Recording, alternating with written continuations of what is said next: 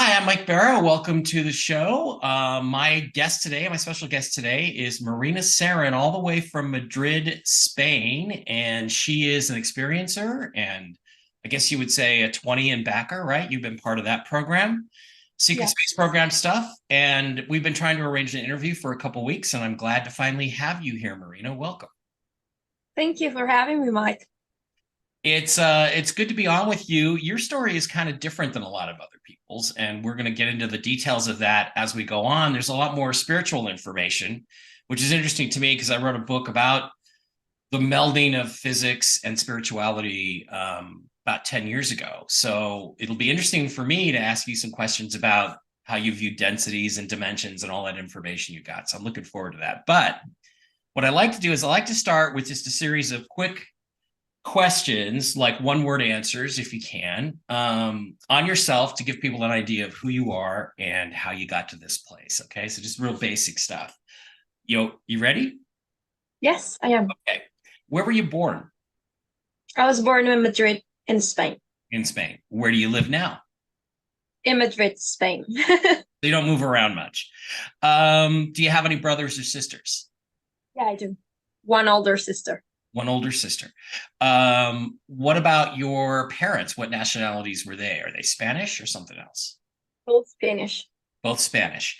Um, do you have a specific religious background? Do you go to a Catholic church or anything like that? Yes, in Spain, it's very typical to like literally like take your kids to the church every Sunday.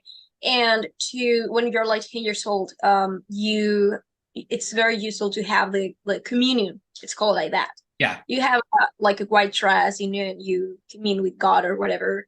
I did it, but I was never too religious. never very religious in terms of the practicing. I'm not right now. I'm spiritual right now, but I'm not religious. Right, got it. Okay, have you ever been married? Probably not. Married? Yeah, have you ever been No, married? No. not Do you have yet. any kids? No, No. Okay. Silly questions to ask somebody your age. What are you, 23, 24? 23. 23, very young. Um, what's your dream car? My dream car. Mm, Um, well, I never really thought about them much. I love Teslas, but yeah, I will say a Tesla. a Tesla. Well, But I also like Volkswagen. I love that. oh, Or really? Mercedes. Yes. Any German car is great. I actually have a Volkswagen right now. Actually, yes. I've had BMWs. Once I sat in a German car, sat in my first BMW, I was like, I'm never buying anything but a German car. However, the correct answer for the dream car is Ferrari. So, Yes. do you watch or enjoy or play any sports? Yes, I love every sports that is extreme, like skiing, like scuba, like diving, like no, yes, snorkeling, like diving, and snowboarding, etc. And I actually wanted to try artistic figure like ice skating. You wanted to try it, but you never did. It's too Yes. late now, that's for sure. If you're going to go to the Olympics, it's too late. Do you own a gun? Excuse me? Do you own a gun? Oh, do I own a gun? Well, not really. I do have guns that are powered with CO2, Hmm. and but they don't have like real ammunition. They're not real. But I'm on the process of getting like how you call it? Like an authorization A, from the per police. a permit Yeah, or yeah. Okay. exactly, yes. Okay. I'm gonna get It the just permission for guns. I asked that question because it tells me a lot about the person's mindset, which is interesting. Okay, two more questions and then we're The done. guns, well, that's it. I don't have the permission yet, but I love guns. Yeah. Okay, that's good because so do I. All right. How many countries have you visited besides Spain? Hmm. I have visited Portugal, France, Italy, Hungary, Cuba, and and that's it, I think. Cuba. Wow, that Cuba would I bet that was beautiful. I've never been to Cuba. It was very beautiful, yes. I It have was sailed past Cuba on a cruise, on an Ancient Aliens cruise, but that was years ago. Never been there. nice. It's difficult for Americans to go there. And Hungary is an interesting answer Yes. since I'm Aryan. 50%. Oh, cool. 50% of me anyway. How many languages do you speak? I speak two languages fluently, Spanish and English, but Mhm. I'm a beginner in German and Russian. Oh, you're going to learn German and Russian. Excellent.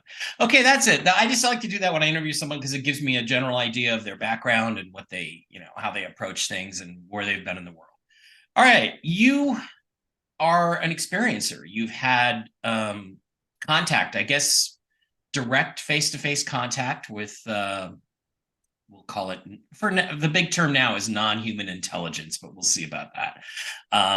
So the first question, I guess, and I know Linda asked you this, and I want to ask you it again, is when did you first become aware that there was something different about you, there was some other visitors in your life? When I was a child, about like 5 or 6 years old. I have to say 5 or 6 because like whenever I say one specific number and then I change, number in another interview, randomly people say that I'm just like lying because I cannot point out a date. I'm not lying, it's just that I cannot remember the specific year or age that I was when it happened, right? But like I say around 5, 6 year old, I started to become aware that I was different.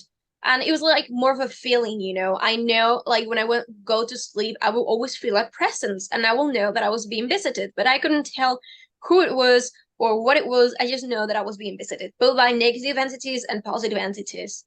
And so I remember that I will start telling my parents that I was not from this planet.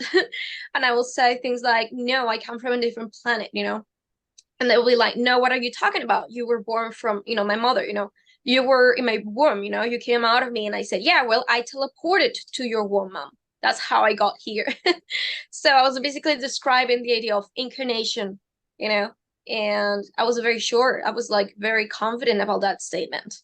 And obviously, like I was very, very, very into like physics, metaphysics, and even spirituality. When I was more of like a 8 year old child, kind of like a little bit older, I remember that I will play with my friends and I will show them that I have psychic abilities. And to them, they will not criticize me because we were children. So we will play, and they will think it was like playing. But like they realized I did have abilities and they were like, oh, you have powers. And I was like, yes, we all have them. And, you know, that's it. I used to use my abilities when I was a young child. That's interesting. I would say my first memories are all about space and aliens and watching rocket launches on TV. And it was so long ago. I mean, it was even black and white television and stuff. And I was about 5 or 6 also. I think that's when you sort of separate from where you came from the other, your where we all go when this is over, wherever that is, the higher dimension. And you start to like be grounded, and that's when your memories really start to come in. So that's interesting, an interesting time. Okay, so you're psychic. You were psychic. You were born this way. This is not something you developed after your contact experiences. Is that correct? It is correct. But it's true that we are all born with certain potential or certain genetics. And when contact happens, sometimes that experience triggers those genetics to activate, further, you know, and expand. So yeah, it depends on your own personal trajectory. So yeah, some people develop this after they got contact, but not because they didn't have it before, but because it was dormant. Okay. Boy, I really hope this gets to this recording. Okay, double checking it. Okay, so when you say psychic powers, what do you mean? Like the ability to predict the future? Would you look at someone and tell them you're going to get sick next week? Anything like that? What can you give me an example of an experience? It doesn't have to be the first one, just a really strong experience that you have that helped confirm. Really, really strong experience. Well, I would go for the strongest. The strong experience psychic abilities that I have is weather manipulation. And this has to do with the Druids, the Druidic, the ancient Druids were pretty much connecting with the earth elements, and working Mhm. very hardly with, the earth magnetic field, and the real energy or chi or prana, however you want to call it, to actually manipulate the weather.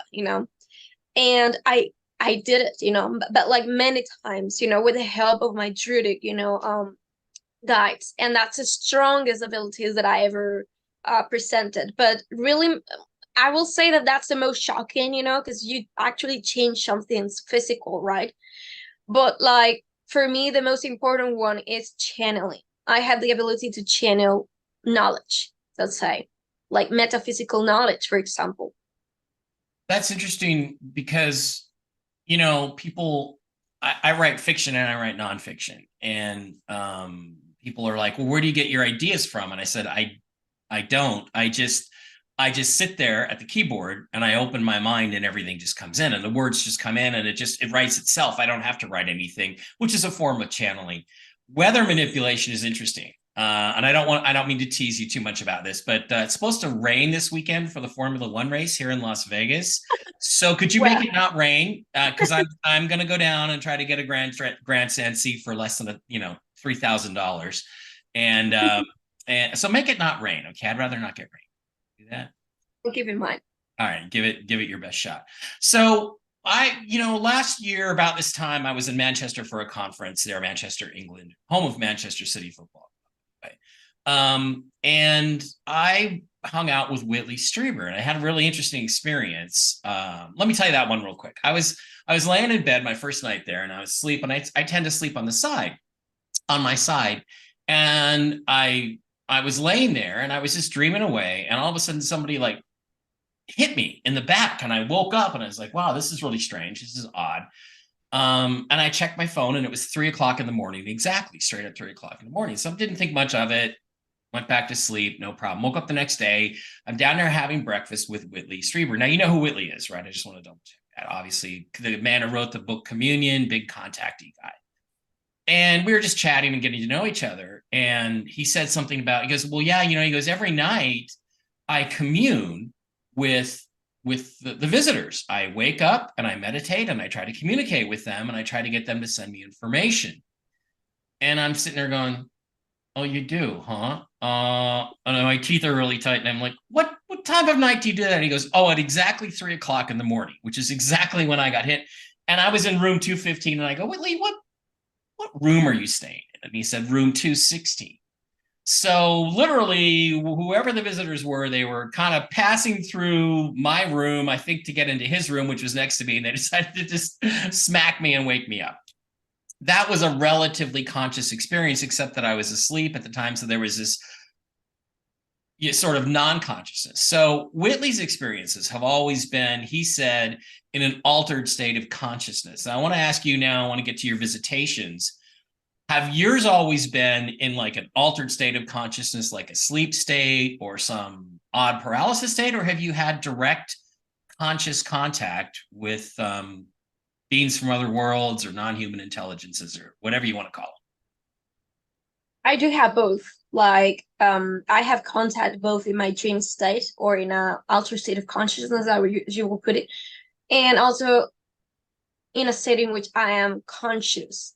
Even though I'm not really like the brain waves that I'm emitting are not the same as to like a random day, of your life, in which you're operating with the same dynamics, because like either I am in a state in which I have a very transcendental kind of thinking, so that gets me to deeper kind of like, let's say, awareness, myself and my reality, or because I'm meditating, and I'm in a actually like an almost kind of trance state, but it's still conscious. But yeah, like there has been days in my life in which I was like living a normal day and I was thinking things to myself and I got telepathic messages, from either ETs or guides, And when I will look it up, the things that they will tell me, they will make perfect total sense, to what I was thinking or what I was asking, because it was on a scientific matter, So, or it will happen next few hours or whatever. So yeah, I experience both. I experience, getting contact in sleep and also in a conscious state of mind, I would say. Conscious state of mind, but not necessarily you're walking down the street and there's an alien standing there. Not that kind of thing. Exactly. Okay.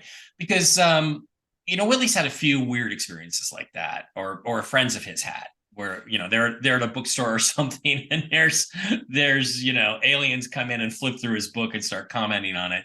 So okay, let's get to the visitations a little bit more.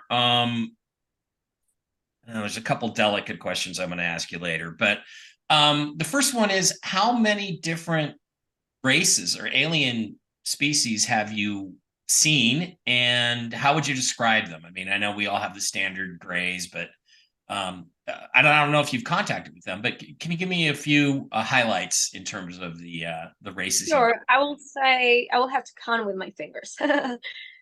Probably I've come across more species than I thought, because that's the experience for like literally anyone, that is active, in the field of contacting aliens. Um, so, but like the ones that I contacted consciously or that I remember, I will say it's obviously firstly we have the Greys, we have the Andromedans, the Reptilians, the Anunnaki, various races within the Anunnaki. Some were completely different, from one another. So some were more humanoid and some were more hybrid between reptilian and human. And some were positive and some were not. Draconians, reptilians, Arcturians, gray hybrids, Lyrans I've seen too, and Nordics, Pleiadians or Nordics, pretty much like a lot. Interesting. Okay, so let me ask you about each of those. Let's go down the Something happened on your end with your voice, and now you sound like a robot. is it better now? Is it better now? No? No, you sound like a robot. Sound like a robot. Shitski. All right, hang on. Let's see if we can fix that. Classic. Wow. Okay. Is it still a problem? It is. I mean, I Shit. don't have a problem. I can hear you, but you sound like Uh, a. well then let's ignore it. I don't know what it sounds like on the recording. Let me pause the recording. Okay, let's go down. Oh, somebody's calling me from the United Kingdom. No, I'm not going to talk to you. Let's go down the list and talk about each of these different species a little bit, what their characteristics are. I'm interested in, well, all of them. You said the Dracos, the Draconians, and the reptiles. Now, are they two different species, or are most of them from the Draco system? They are different species because, like, there are some reptilians. I mean, obviously, all humanoids are gonna have like a common, origin, in the universe, and all reptiloids or reptilians are gonna have a common origin, and as well as amphibians, etc. But like, it's true that there are many different, like a vast of like many different races among the reptilians or the Dracos. The Dracos are obviously from Alpha Draconia. They are from that constellation, and they're much bigger than the average reptilians.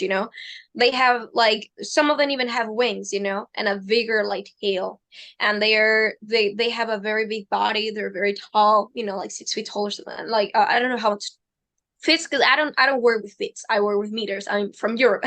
Yeah. Okay. Like, but the reptilians tend to be more from Orion, and they're much smaller, So I Are do they see it. are the reptiles, are they all universally negative entities, or are some of them positive? No, that's not true. I mean, generally here in because of our specific, background, like historical background, etc., we do have like it's very common that our encounter with the reptilians are negative, and not just because of our history, as to like our collective history and our own exopolitics, like issues with them in exopolitics, but also because, we are mammals. So our reptilian brain, whenever they see something like some entity that is reptilian, there's a part of our reptilian brain that is going to get obviously triggered, if we haven't integrated within us the reptilian aspect, that they give it away to us in our genetics when we were created, as a species. Mhm. So, all those aspects or dynamics about like flight or fight response, or attack, victim, etc. Like those polarities, it's gonna trigger us if we haven't integrated that, much within ourselves. But there are many positive or even neutral, reptilians out there. Positive and or neutral. That's interesting. You don't hear that very often. I mean, Yeah. I could make some jokes about reptilians, but Linda tease Linda a lot about the reptilians. Okay. All right, what about the grays? Let's talk about the basic grays. We have the basic 3 foot tall, big black eyes. How do you view them, and what's your experience with them? My most hated species. Okay. I dislike it the most, I will say, because I had the worst experience with them. I don't like to judge, I'm a little bit of intergalactic racist, because I judge a lot, race. But I would like to Well, say that there are some that are completely, again, neutral or even positive, and they will never bother me, but the craze in general tend to be very agenda based, and they tend to be very manipulative, very manipulative, and they lie a lot. They're sneaky. They just want to get things, right. And and it's okay to judge. It's okay to judge because look, the truth is, from my perspective, these races are weaker than us. They may have better technology, but they're weaker. They're here because they need something from us. They're not here for the water or the oil or the atmosphere or any of that other stuff that can be had anywhere in the universe, all over this galaxy, all over the solar system. They're here for us, and they're here because they're weaker than us and they need something from us. And that pisses me off. And I'd like to get them to fuck off of our planet. Well, maybe it's not our planet, but I view it as our planet at the moment. So it's okay to judge. I mean, if you've had negative experiences with them, go ahead and judge as far as I'm concerned. yeah, It's yeah. interesting. Thank thank you, because in other like parts of the new age or UFO community, like they romanticize so bad, gray alien abduction, etc. They are so obsessed with them that I do believe and perceive that they have developed what is called Stockholm syndrome, and they will defend them to death, like, no, they're all great and they're here for a good purpose to save us all from. No, no, no, no, no, no, no, no. Wait a minute, they're not here for what you think. Some of them might be, here to help or just exploring, like, some occasion here and there, whatever. But the majority of aliens, mostly the greys that are abducting humans, they are here for agenda purposes. And they're telling the whole species that they're making those hybrid humans, between gray and human, for us to be helped and evolve further, and that they will land one day and they will become one with us. No, that's a passive invasion. That's a passive invasion. And they took me, I was like 3 years, like totally brainwashed, I was defending them to death again, like those other, people, and romanticizing the whole thing, like, oh yeah, like I got adopted and I got forced to be a mother and all those things, but like it's all for the better of humanity and them. And no, no, no, no. So when I woke up and I said, you know what, you can fuck off, I don't want transhumanism in my species. I don't want you to do genetic iterations. I don't want you to come and land here and become part of our society or civilization. I want to evolve naturally, not with your genetics. And your genetics are actually polluted, Mm-hmm. So I don't want them in my DNA. It's totally dysgenic to mix with you. I don't want to do anything with you. They got so angry that I got attacked and harassed every day. Every day I will have nightmares with the Greys. They will try to harass my sleep state, my conscious state, my meditative state, my contact experiences, and they will be so annoying to the point in which I have to reach for farther, help. And finally, after 1 year fighting them, I got them like out of my let's say energetic field. But they were very angry and they threatened me to even kill me. They threatened me directly. They said that they will kill me, if I will keep going forward in literally creating negative propaganda about their agenda. Because people are brainwashed and they don't want to wake up. So if somebody that defended them for so much many years, suddenly comes and say, hey, I had this negative experience and I realized this and that, obviously it's gonna not be, positive for them, and it's not gonna work for them. So they got very angry, and so when I started to talk, like negatively about them, and and share my own experience, and my testimony, on that great hybrid abductions and high scenarios, people started to say, I experienced that too, and they got very angry. So I keep moving forward, and they threat me, but I said, you can threaten me all you want, you're weaker than I am. and I'm not scared of you. Yeah, You're exactly. losing. I mean, Yeah. if they would ever have the balls to like show up in this 3D reality without all their gadgets and toys, could clean up the room with them pretty easily. They're little scrawny little wimpy guys. It's interesting that you say that because I was on a TV show called Uncovering Aliens, which I did for Discovery Networks back in 2014 or so. And we had a guy on there, Stephen Jones, who was an experiencer like you, and he was like, "Oh, they're here, they're here to help us." He was British. "They're here to help us. They're going to help us in the next step of our evolution." And I was like, Oh, "Stephen, we didn't ask. We didn't ask for any help. It's none of their fucking business." And okay, I can obviously tell this struck a nerve, so you have more you want to say. I just, I was like, I think you're being delusional, and I thought he was Stockholm syndrome. So, yeah. Anyway, finish your thought on that yeah, I get what you mean. I hear a lot of those people, because they all have the same script, in their programming, one. that they are here to help us, that they are the next step in human evolution, and that, they even like the main person right now, the main ET or channeler of the ET, that is gray hybrid, that is trying to push this agenda of gray hybrids being the next part of evolution.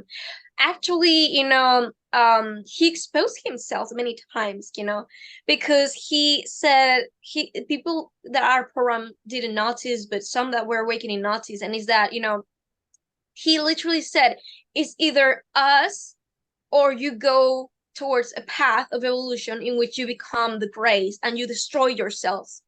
And it's like, no, it's not even this or that. There's multiple options and like millions of probabilities. So Mhm. you're actually like, you're being very, very stupid, and exposing yourself for the liar that you are. And some people were like scared, like, oh my God, really? So I have to accept them, otherwise I will not evolve.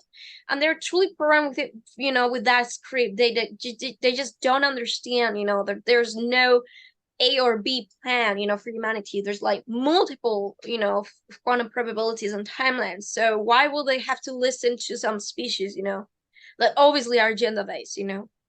Yeah.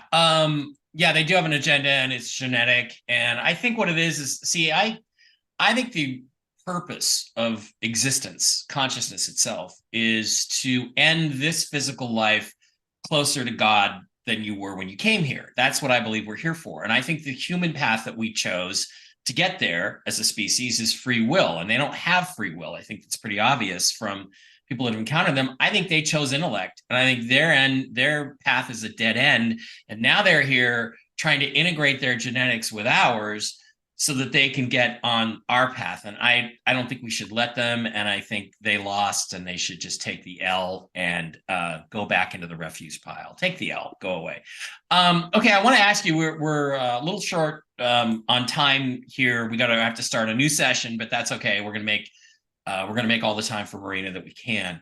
Um, I want to ask you about. I had a friend. We're not friends anymore, but I had a friend, and she was lived in New York City, and she got into her early 20s. And one night, she wakes up in the middle of the night, and there's her boyfriend is dead asleep. She can't wake him up, and there's three grays at the foot of the bed, and crooked under her arm is a half breed human alien baby.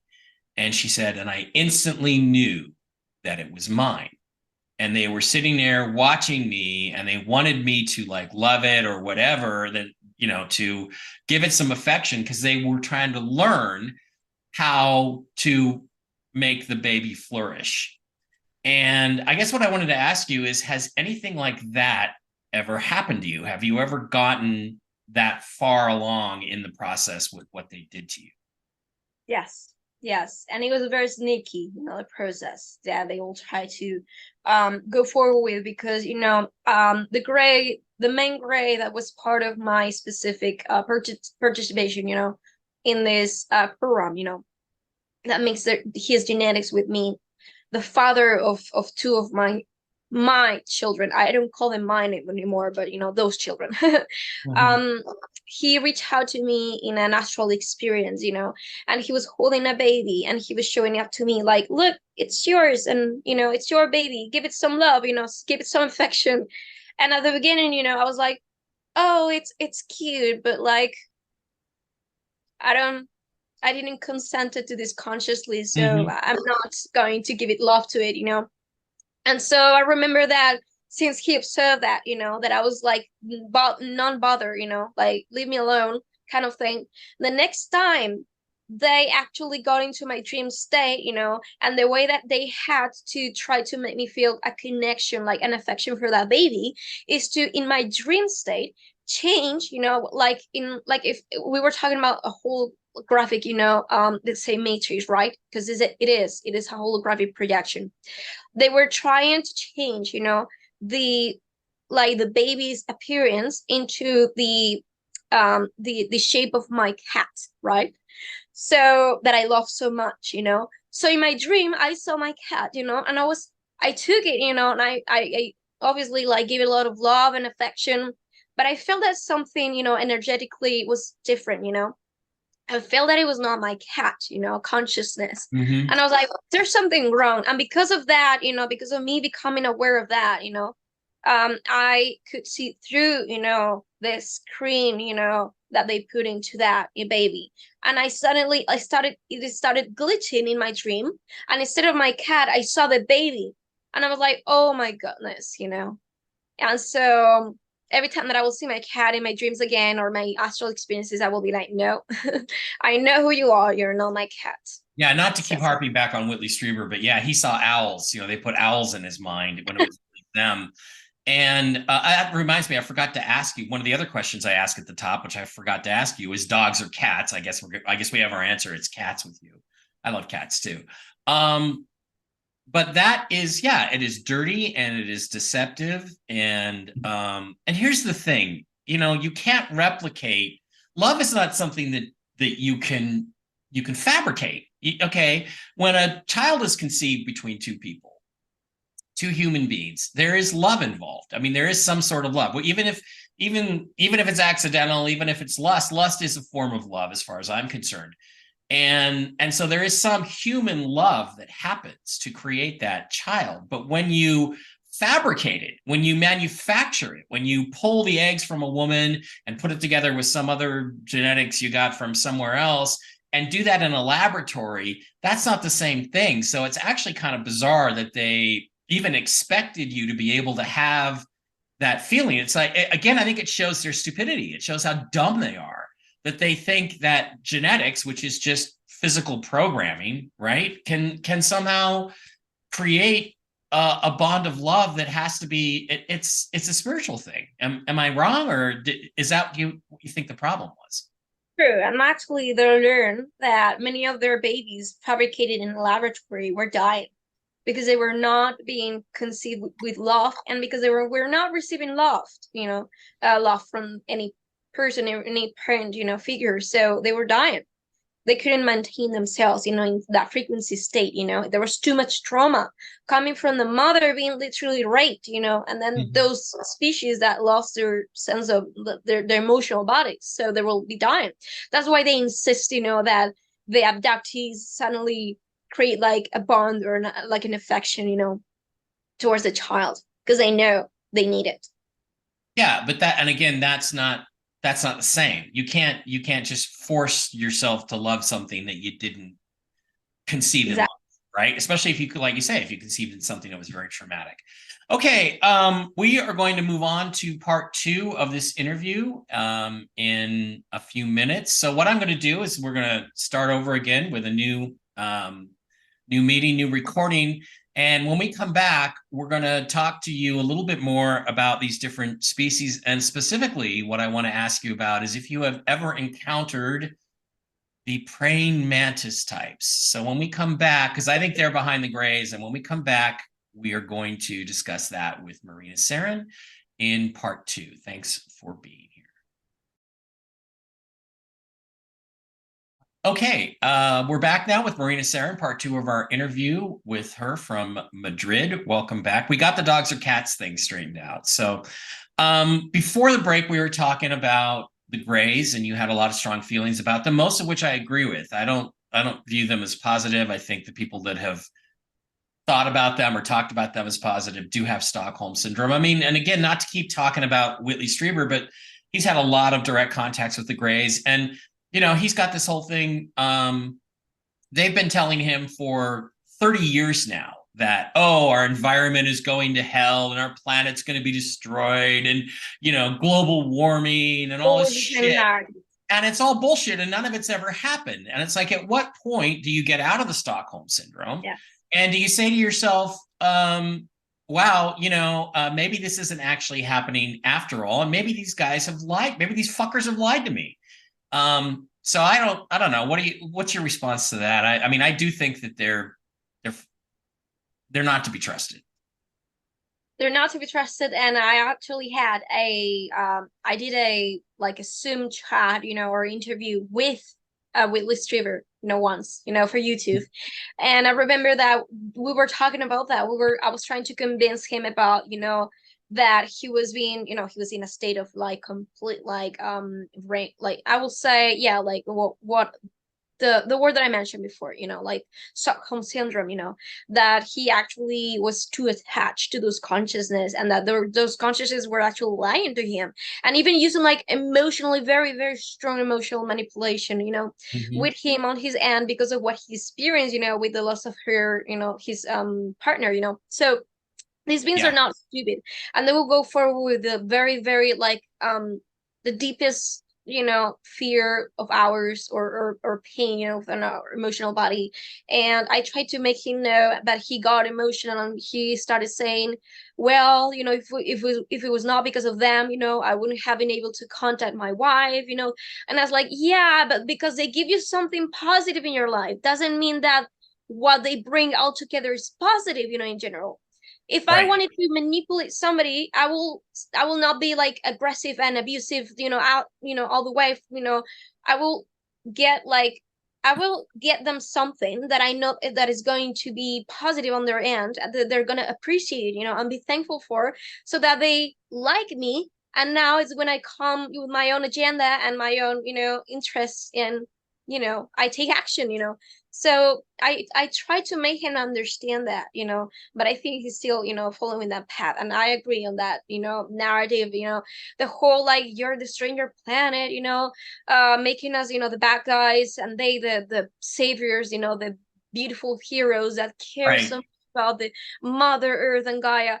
No, it's manipulation, The Earth climate, the climate change, is changing, but not The Earth because is strong. The Earth is very it strong, is. very But the resilient. climate's changing, not because of pollution and stuff, CO2, like carbon footprint, but because there is a bullshit going on right now. It's always happened every 25,000 years. A pole shift happens, and there are weather changes, climate changes, but it's natural. It's not caused by CO2. 25,920 years to be exact. But yeah, it's a precessional cycle, and it actually has to do with the very large undiscovered planets out there that come in to certain alignments, which trigger the hyperdimensional physics and make the Earth try to get back into resonance with a system that's broken, because there's two exploded planets in this solar system, at a minimum, two exploded planets. Anyway, so the system is messed up, and the Earth is trying to realign itself. But I don't think it's going to be necessarily a catastrophic shift. You can have magnetic pole shifts, which are fairly minor in their effects on people. And yeah, but yeah, you're right. It's like, you look at him, and it's like psychologically they broke him down by traumatizing him, and then, oh, they give you, oh, we'll give you a clean prison outfit, or we'll give you a little bit of food, and all of a sudden you're grateful for that. So they are manipulating him to put out this information, and like you say, trying to make us humans bad. I mean, this planet can certainly sustain way more human beings than are on it right now. I mean, you could put every single human being on this planet with half an acre inside the state of Texas in the United States. Drive through Montana sometime and tell me this planet's overpopulated. It's not. It's a bunch of BS. All right. I want to get behind the Greys. Who is behind the Greys? Because I don't I don't know from, I've never had an experience with them that I'm aware of. I've had a couple of very vivid dreams, and I'm not really sure about them or their agenda or how real those experiences were. I think they were real, but um, there are people who say that behind them, there are other species that are controlling them and manipulating them. And one of them that comes up is the so-called praying mantises. Now, I have a friend, Tom Reed, who's had a very famous direct abduction experience. His entire family, when he was a little boy. It's fairly well documented. There are about 250 witnesses that were around that particular evening that saw all kinds of weird stuff going on in the sky. So there's documentation of that. They terrify him. And the guy I mentioned before, Stephen Jones, when we were doing the show, Daryl Sims, I don't know, do you know Daryl Yeah. Sims from Texas?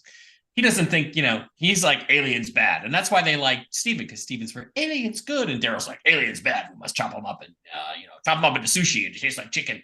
So Daryl was negative, but he has this it's like a sketchbook, like a police sketchbook where you put different eyes and noses and mouths and chins together. And we were actually on set. We were filming a guy who had an abduction experience. And Daryl put this, and he came up with, the mantis type head and one of these. And Steven saw that, and it terrified him. He had to leave the room. He couldn't be in the room with it, because obviously he'd seen these beings and they were not nice to him. So I want to ask you, have you had any experiences with the mantises? And what do you know about them? Where are they from? Yes, I actually do have well, no, it's not working. It's too Yeah. anyways, maybe if I do this, maybe, That's yeah. better. That's better. Yeah. Yeah. So Mm-hmm. yeah, I do have also like a sketch, of these mantis, because I did have encounters with them.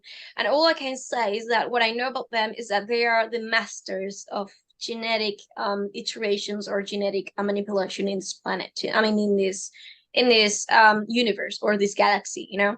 And many species know that they master that science, of genetic manipulation. And Mm-hmm.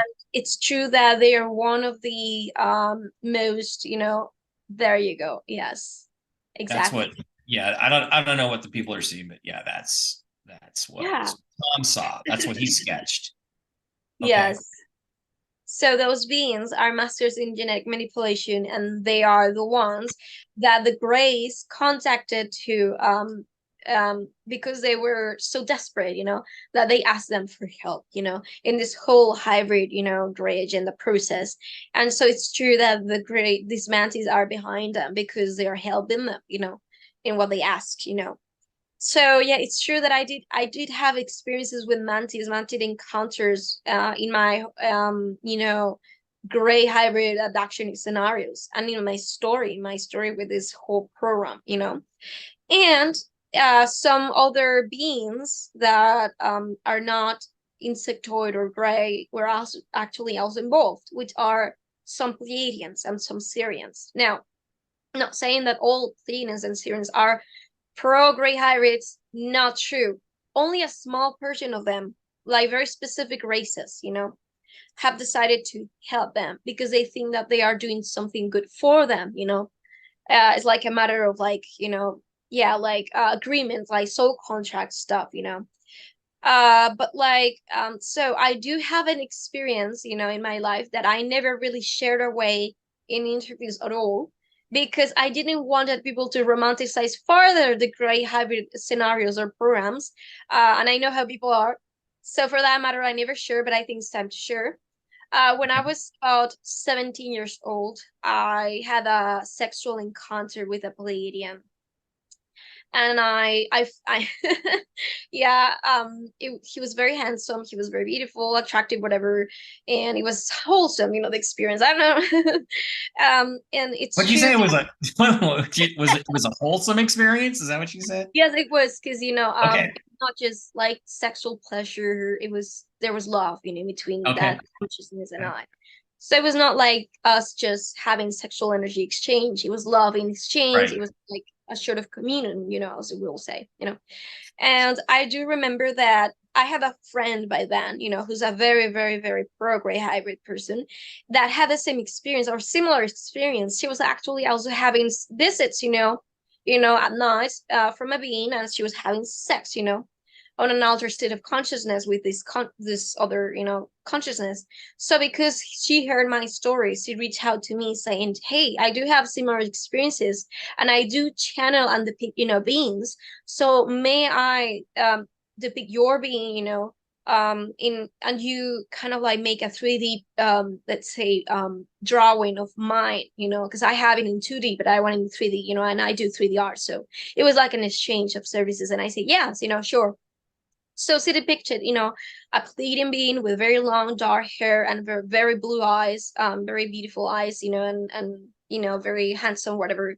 And I was like, I recognize him. And I was like, I instantly got memories of me when I was younger, being on ships, with mantid beings, that Pleiadian and other Pleiadians or Syrians, and gray beans. So I instantly remember that they were part of that great hybrid program, and I didn't know why, So I started to not let's say to not feel attracted to this Pleiadian anymore. And I remember that the time in which I started speaking out and against the gray hybrids, I was abducted, I saw the gray that held the baby, in my past experience, looking at me with no expression because they don't have facial expressions, but a very, very like threatening energy, And then I switched to another room in which the Pleiadian was there. And he was looking at me like this, with his arms crossed, and like this, like very, very mad at me, and telling me, you fucked this, you fucked this over or whatever. And I was like, I don't care about you anymore. Like, you can say whatever. I don't like you. You can fuck off, It's basically what I told him, So I never had an encounter with him anymore. But when I was being visited by other being, I'm not going to go into that story, but I was getting visited by another lover, from other projects, other connections, other groups, whatever. And it was a lover too, but this time, it was not, agenda based, it was a true lover. He tried to manipulate me, and he appeared in my dreams trying to kind of like make me change my mind or heart. And I was like, no, it's over. Now that I know that you're part of this agenda, I'm not gonna be in contact with you anymore. So again, you can fuck off. And so, I never share this story. Why? Because I know how many new agers are. They dream about, having sex with Pleiadians. And if I tell this experience, many of them are gonna be like, okay, whatever, I will sell my species and my race and my planet and my genetics just for the sake of having sex with a Pleiadian. So I never shared this story because I knew how they Yeah, and it's gonna. I mean, it can change people's perception of you and things like that. And it's like the thing is, when you're 17, it's easy to manipulate a young yeah. girl. I mean, and are you saying that you think that they like inserted an emotional connection that maybe wasn't really there? He was just using you. Yes. I don't think that being didn't have any feelings for me. I just think that he was nice. He was loving towards me when he believed that I was going to move forward in that direction, along with him and the gray and the mantis, in what he wanted to, co-create, whatever. But when he saw that I was not that person, that I was not going to do what they wanted, that's when his feelings and my feelings, change, and when he got mad at me. But I do Yeah. think that there was still, even if there was love, I do know that there was still like an intentional manipulation, for me when I was younger. Well, I hate to invoke Taylor Swift here, but there is a Taylor Swift song. When you're 15 and a boy tells you he loves you, you believe him. And I think the same thing applies to a 17-year-old girl. So Yeah. it sounds like manipulation to me. It sounds like, manipulation, obviously for reproductive purposes. And we talked earlier about how with the grays, they're so ugly. I don't see how you could get attached to them emotionally, and any offspring that were created, you couldn't be attached to. This sounds like they tried a different path with you. Yes. and try to manipulate your emotions so that anything that was produced from the union you would love. So it sounds like more manipulation along the same lines, which is Exactly. And they push a lot the idea of a family, right? mhm. And I know it's true. Yeah, and it's just wrong. This brings us, we may as well talk about some of the other races. If you're done with that, do you have anything more you want to add to that story or anything you want to say to Oh yeah, I people? want to add to the story that Bashar, which is the main, ET gray hybrid pushing this agenda, he's an asshole. He was part of the group of beings that attacked me, for 1 year stride, in which they threatened me to, they threatened my life, and they said that they will, that I should go away from my body. And his excuse was that I was not in alignment with my true self. He was completely manipulating me. I was 20 years old. He was manipulating me. He was convincing me that I had to leave my physical vessel, Carol and Carol Anka Bashar? yeah. Really? He was just down at the Stairway to the Stars thing. I was in Vegas here this weekend. I was down there. I didn't see him. I've known him for a long time, but wow, I did not know that about him. But Yeah, sorry, go ahead. Finish. he promote all the BS, that the government wanted to take on our bodies on 2020. You know what I'm talking about. I'm not gonna mention the word, but he promoted that, and he said that, if we voted Trump, if we will vote Trump, the world would go down the path of the grace and destruction, and that we had to vote Biden in order for Biden, everything yeah, to let me just be clear. Joe Biden's a fucking pedophile, it okay, is. among It many is. other He is. things. As And a man killer survivor, I can confirm that because I have seen clones of Joe Biden in MKUltra facilities where there's sex traffic of monarchs like me, and he was with children. Okay, so it's confirmed. We yeah, all seen those videos, so we don't need this confirmation, but I can yeah. confirm this further. Well, I mean, I did not feel good energy down there during that gathering when I was there, and I thought, well, you've had a few beers, maybe you're just in, bad mood, but maybe again, anybody who thinks that the Biden side are the good guys is whacked. I mean, like literally, you cannot see who Trump is and what he's trying to do. You're just an idiot, and it's Really. so. Okay, I'm sorry, I interrupted you again a couple times. If you'd like to, do you have anything else you want to add to that? Bashar is not somebody you would trust, is what you're saying. Never. I mean, he was part of that attack. He interrupted in many of my contact experiences with other beings many times because, I did have contact experiences directly with Bashar in which he said, when I was becoming, known in the UFO community, and I was talking about the hybrids, and I was part of that, belief system, and I was pro gray hybrid, and I had many contact, experiences with Bashar, in which he was like, we had to prepare the people, for the hybrids to land and everything. And when he realized that I was taking a turn, in my direction, in my life, in my path, and I was start working with them, realizing who they are, realizing the truth about how dysgenic they are, to our genetics, and starting co-working and reconnecting with my original soul mission. He was completely annoying, harassing, and he attacked me multiple times, along with the other gray hybrids, and they tried to kill me. And I was actually also working for Bashar Communications, a company, and I immediately stopped working with them. I said, no, I reject any jobs. I was an artist, for them, but I said, no, I'm not going to work with you anymore. And yes, I would not trust that person or that channeler, in any ways, He, I do believe that everyone is waking up to the fact that he's completely agenda based, I mean, for a channeler to say what to do, who to vote, and that they have to accept, a genetic iteration, otherwise you will destroy yourselves. That doesn't make sense. How anybody will not see this?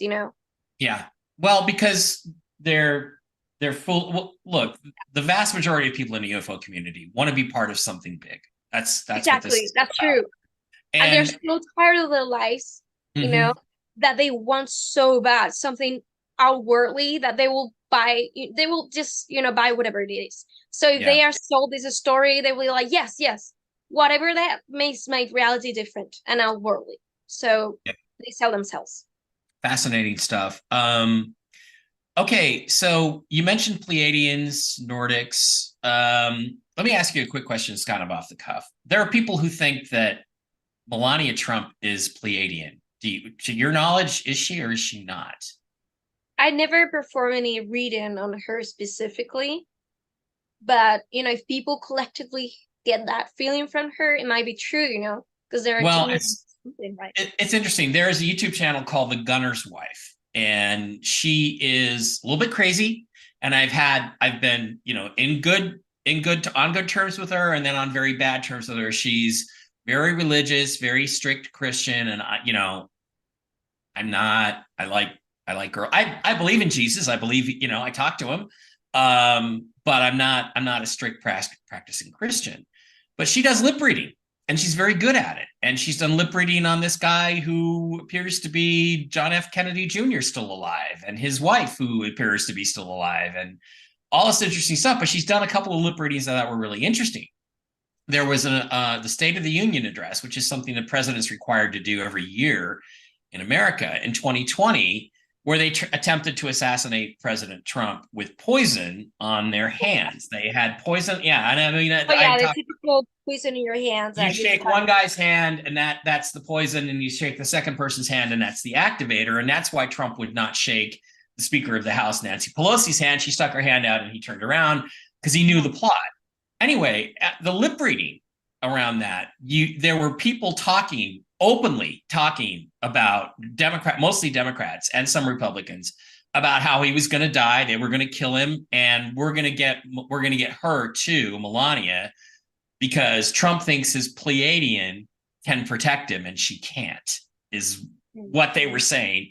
And then there's another video, which is the night that Donald Trump got elected in 2016, and he's up on stage in New York City, and he's, everybody's applauding, and he's applauding back, and he turns to her, Melania, and he says, it's as clear as day, this is like peering through your time machine. So those are great. I'll send you those later on. I'll send you those offline. You gotta, because although she's a little bit crazy, that doesn't make her lip reading wrong, that's why I asked the question, because I'm just curious about whether you know anything. Maybe you could take an action item here out of this meeting, and you could do a reading on her at some point in the future. Definitely.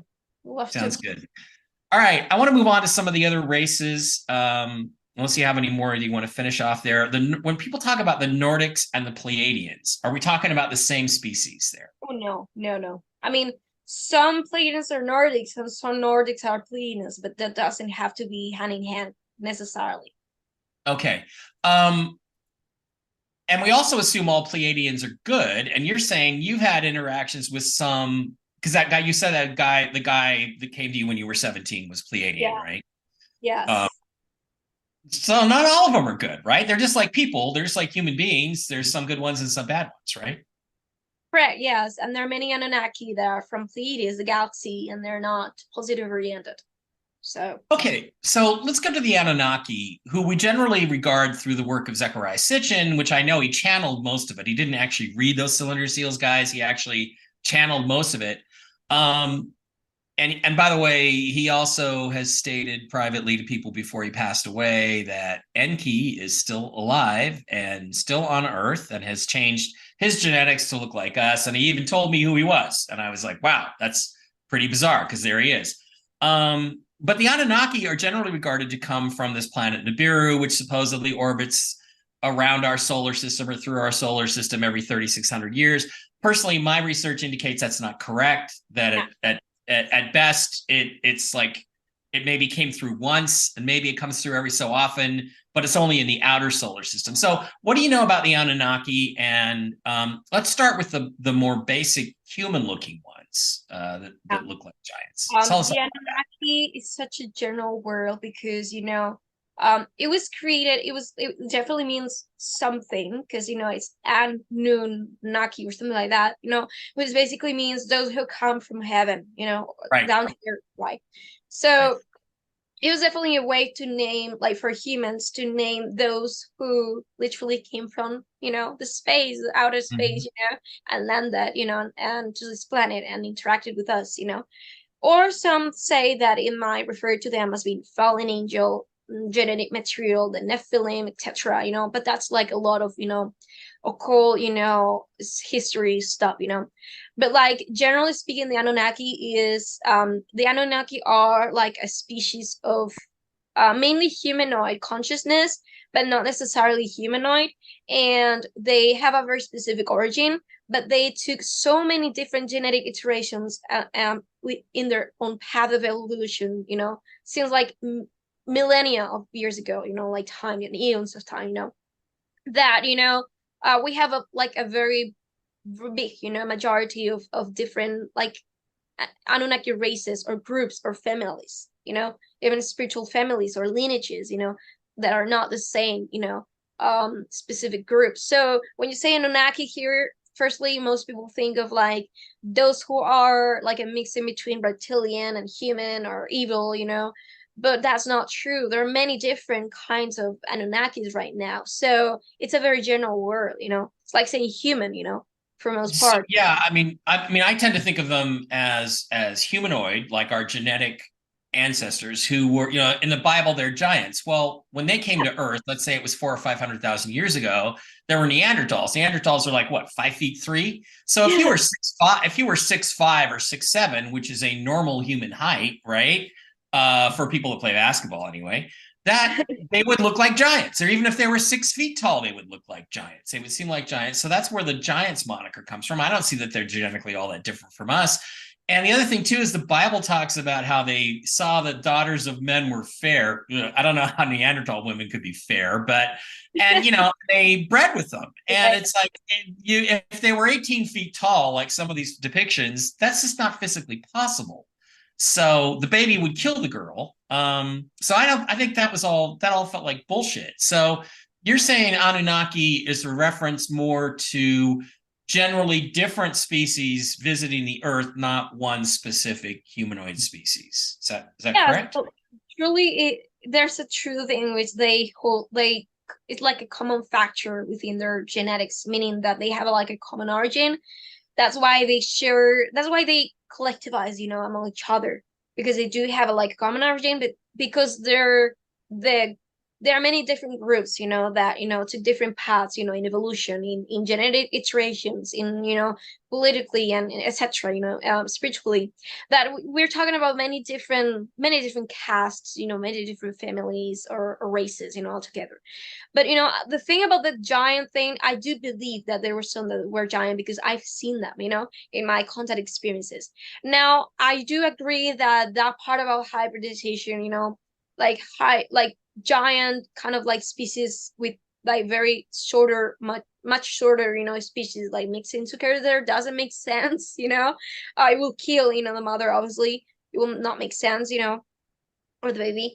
And Mhm. so I don't understand how that genetic iteration was made about like the human creation, let's say. But I believe that there was a lot of technology, involved, obviously, because otherwise it would not be possible. But not just regarding the height, but regarding, the compatibility, and also like many other species were part of, creating us. So I believe that it was not made in a way that we can understand to the day of today, scientifically speaking. But I've seen the ones that are taller, and they're not much bigger than us. I do believe in the giants, but not much giant ones. Yeah, Uh, like I there are said, one. well, I was just gonna say it's like a basketball player is a giant compared to most guys.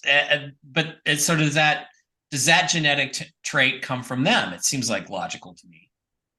Yeah, well, the ones that I have contact that I'm in contact with, they are two. First we have the Nordic Pleiadians, Anunnakis from Aldebaran.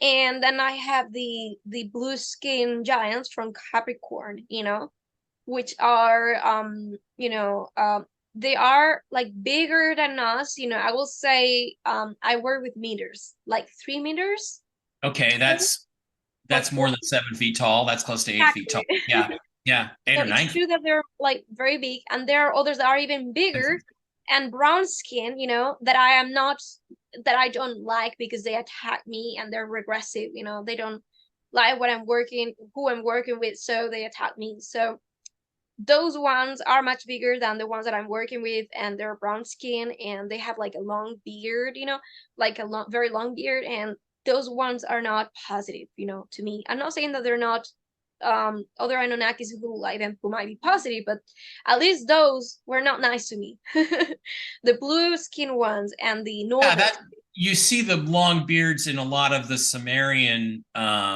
cylinder seals and so forth. So you think that's I call it the ZZ Top phase of the Anunnaki visitation, right? Because there's an American band where the guys have beards like that.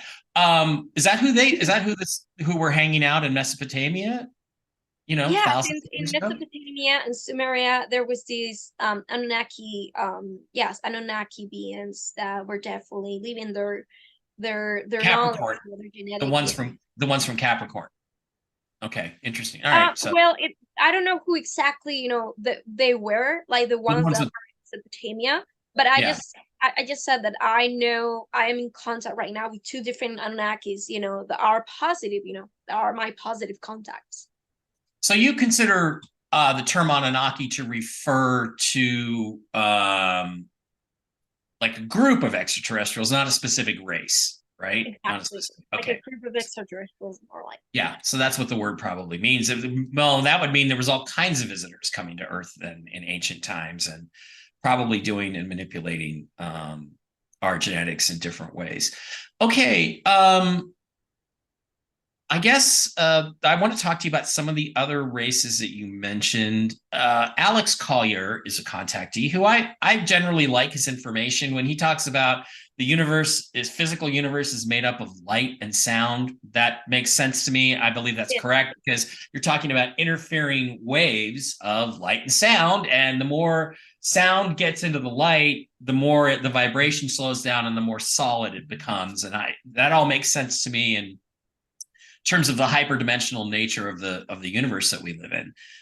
So he talks about blue Andromedans. So why don't you tell us about the Andromedans that you know, and what do you think about Alex in general? Well, His Alex Collier was like a main figure to me in my awakening when I was 15, 16 years old. Because like I was drawn to his information like intuitively all the way, when I was researching the whole thing about Anunnakis, positivity contact, I had a long list, when I was finally becoming aware of like the like more consciously as a teenager, of all these different positive groups, helping us.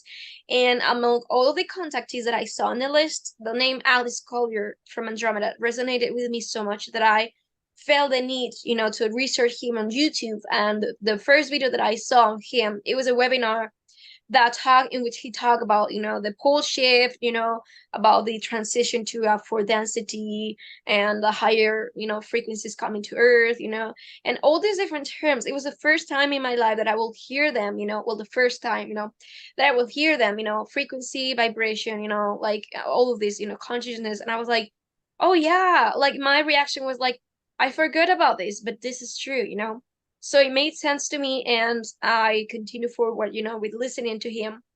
And my impression right now is that his information is very interesting, but he personally right now, like in the beginning, might not be what I think of him. I thought very positively of him, and I still do. But right now, as to like um from the perspective of where I am today and all the things that I lived, when I listen to him, I still feel like a little bit of a fear based, belief vibration within his yeah, voice. again, the whole thing of we're in orbit around the planet and more in Yeah, air. with the The guys saying, Nivera, with the "Oh, Dracula. why don't you take care of your planet?" It's like we do take care of it. It's fine, I mean, Exactly. it's like give me a break. So I got some of that, but I did like his message in general. And gosh, I mean, I think the first thing I saw was like a seminar he did in like 1993 was the first time I came across him, and he seems like a good guy. But I Yeah, think it is. again, I think he's been manipulated. Yeah, there you go. The same thing. I do perceive the same thing, that he's a good guy. He's trying to do his best thing, to help the world. But, and his message is altogether good, his information, I do really believe him, but like still I feel there's a little bit of fear based, beliefs, within Right. his consciousness that he still cannot get like disattached from. Yeah. Well, and I mean, if look, here's the thing: if you base your whole dick or whatever it is you are as a UFO person, on something specific. Like mine's based on the face on Mars. That's where I got started, right? I know it's artificial. I know somebody built it. Maybe we can ask you questions in the third segment about that.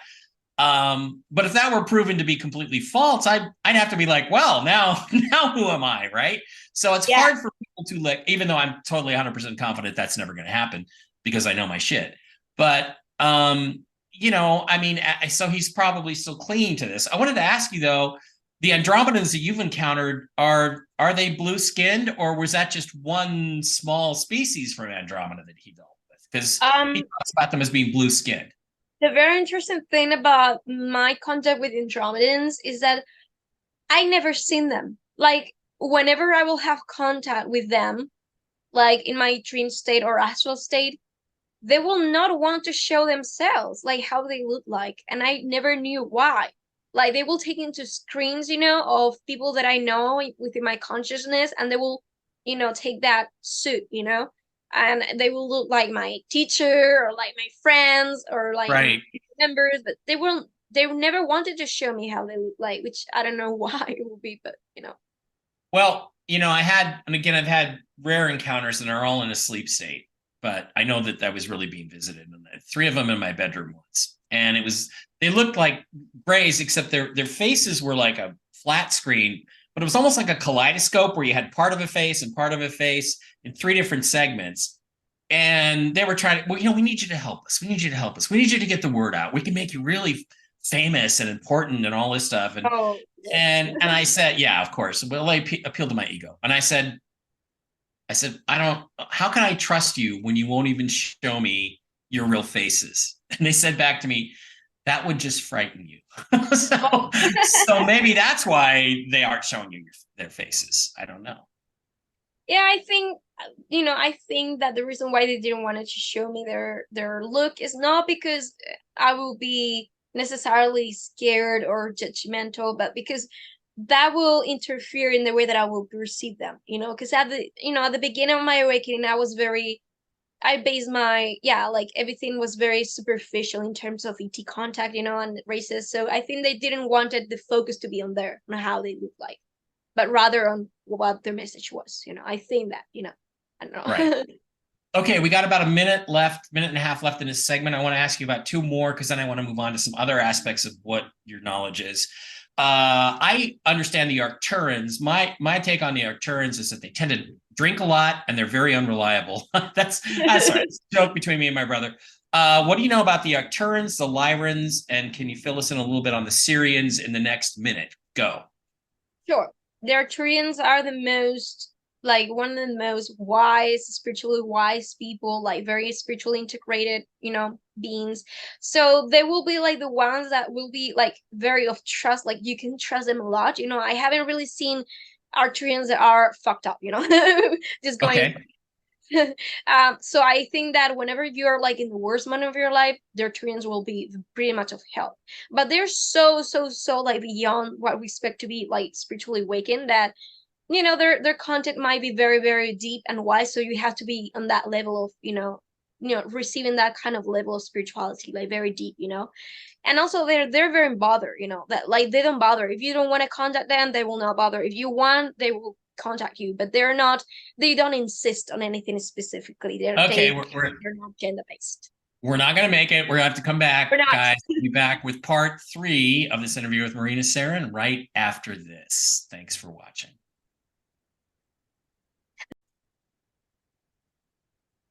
Hi, welcome back. This is part 3 of our interview with, I don't know how to describe you, contactee. How would you describe yourself? Experiencer, Marina Seren? Yeah, depending on the context, but yes, like experiencer, contactee, or medium psychic. Okay, so we just got through. I think I may have interrupted you with the Arcturans. Is there anything you want to finish off about them? And then we'll talk about the Lyrans, and I'd like to know about the Syrians, like their skin color and what they look like and that kind of stuff. Go ahead.